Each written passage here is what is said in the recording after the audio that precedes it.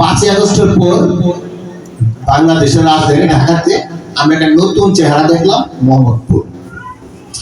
এত মাদক এবং সন্ত্রাস এমন একটা পরিস্থিতি হয়ে গেছে, সেখানে পুলিশ ঢুকতে পারে না।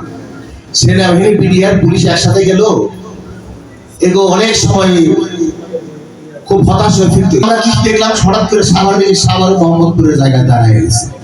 আমরা রাজার সামনে দেখি যে সাংবাদিকদের পিটায় মাদক ব্যবসায়ীরা, আমরা বেড়ে পাড়াতে দেখি পুলিশ পিটায় মাদক ব্যবসায়ীরা।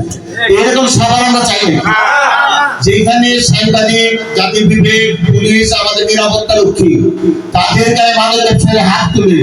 তো আমার তো আসলে লজ্জাই করে যে আমি একটা রাজনৈতিক দলের কর্মী হিসাবে আমি এখানে একটা স্লোগান তো দেওয়া লাগে, ঠিক না?